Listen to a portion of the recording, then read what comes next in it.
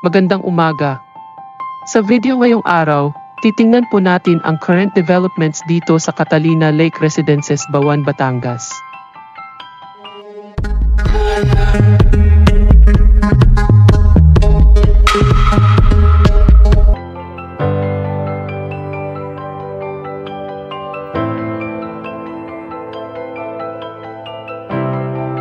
Makikita niyo po dito ang mga developments sa Phase 1 and 2. Ang tinatapos na sports clubhouse, at ang Catalina Hotel, kung saan pwede kayo mag-invest ng condo or condotel. Ito po ang aerial view ng developments ngayon sa Phase 1 and Phase 2. Makikita niyo rin po dito sa taas ang aerial view ng mga beach resorts dito sa Bawan. Ito ang main entrance gate, at sa likod ay makikita ang dalawang malalaking bahay na kasalukuyang pinapagawa ng nakabili ng lote dito.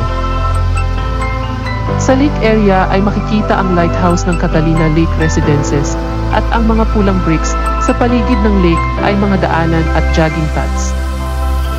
Ito naman ang tinatapos na sports clubhouse, kung saan pwede kayo mag-swimming, mag-basketball, mag-enjoy at mag-relax. Madami pa kayong mapagpipiliang lot dito sa Catalina Lake Residences, Bawan.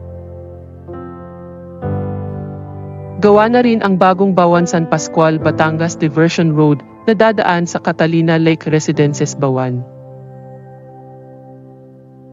Kung matitirahan na condominium unit or investment na condotel unit ang gusto nyo, malapit na po matapos ang Catalina Residences, Bawan, at sa ngayon ay pwede na kayo mag-reserve ng sarili nyong unit.